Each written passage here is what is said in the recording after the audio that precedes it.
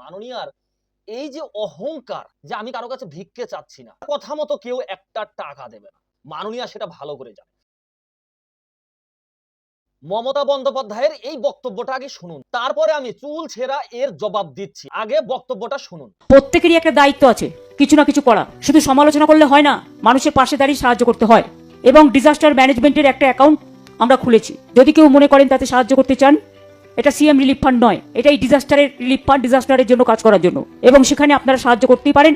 আপনারা যদি একটু দয়া করে লিখে নেন, যদি কেউ উইলিং হয়, কাউকে চাইতে হবে না, আমরা ভিক্ষা চাই না কারো কাছে, উইলিংলি যদি কেউ দিতে চায়, ক্যাশে দেওয়ার দরকার নেই, ফান্ডে দিয়ে দিচ্ছে কে। শুনলেন, কিন্তু আপনি কি বুঝলেন? দেখুন, সর্বপ্রথম আমি একটা কথাই বলবো, আর তা হচ্ছে মমতা বন্দ্যোপাধ্যায়ের এই উদ্যোগ ব্যক্তিগতভাবে আমার খুব ভালো লেগেছে এবং আমি সাধুবাদ জানাই। তার কারণ উত্তরবঙ্গে এই মুহূর্তে উত্তরবঙ্গের মানুষের যে পরিস্থিতি, তাদের দিন রাত যেভাবে যাচ্ছে, সেখানে এই উদ্যোগটা, তাদের পাশে দাঁড়ানো, সহযোগিতার হাত বাড়িয়ে দেওয়া সত্যি খুবই প্রয়োজন। এবং মমতা বন্দ্যোপাধ্যায় একটি ফান্ড তিনি করেছেন, সেখানে মানুষের সাধ্যমতো যে যেরকম পারে সেখানে দান করতে পারে। কিন্তু এখানে এক পালা গান রয়েছে এবং একটা বোঝার বিষয় রয়েছে, আর তা হলো মাননীয়ার এই যে অহংকার, এই যে মানে কি বলবো আপনাকে, এই যে মাননীয়ার একটা জেদ, একটা অহংকার, এটা একদম চূড়ান্ত পর্যায়ে। মাননীয়া কি বলছেন? যে আমি কারো কাছে ভিক্ষে চাচ্ছি না। কারণ মাননীয়া কিন্তু ভালোভাবে জানে যে এই রাজ্যের মানুষ মাননীয়ার কথা মতো কেউ একটা টাকা দেবে না।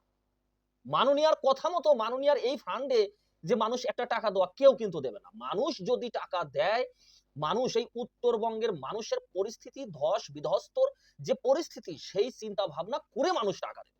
মাননীয়া বলেছে টাকা দিতে, তার জন্য যে কেউ টাকা দেবে তা কিন্তু না। মাননীয়া সেটা ভালো করে জানে এবং মাননীয়া এটাও জানে যে এই রাজ্যের মানুষ মাননীয়াকে আর এই রাজ্যের মুখ্যমন্ত্রীর আসনে, ক্ষমতায় কেউ দেখতে চাচ্ছে না, সবাই বিরক্ত। তাই মাননীয়া কিন্তু বুঝে গেছে এবং তার যেই অহংকার, যে আপনাদের মন চাইলে দেবেন, মন না চাইলে দেবেন না, আমি কারো কাছে ভিক্ষা চাইছি না, এই অহংকারই মাননীয়ার পতনের মূল কারণ। আর তোষণের রাজনীতি, তোষণের রাজনীতি করতে করতে আজ এই পর্যায়ে এসে পৌঁছে গেছে মাননীয়া।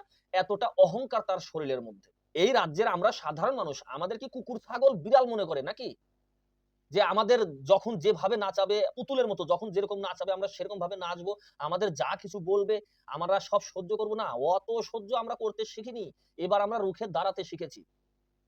মাননীয়া এটা খুব ভালো করে জানে যে মাননীয়ার কথা মতো একটা টাকাও কেউ দেবে না। তাই বন্ধুরা, আমি ব্যক্তিগতভাবে বলবো, আপনারা যে যেরকম পারেন উত্তরবঙ্গের মানুষের পাশে দাঁড়ান। 1 টাকা, 2 টাকা, 5 টাকা, 500 টাকা, যার যেরকম সামর্থ্য আপনারা দেবেন এবং মাননীয়ার কথা মতো না, উত্তরবঙ্গ মানুষের পরিস্থিতির ওপর বিবেচনা করে আপনারা টাকা দেবেন। ভালো থাকবেন, সুস্থ থাকবেন, নিজের যত্ন রাখবেন, খেয়াল রাখবেন। নমস্কার।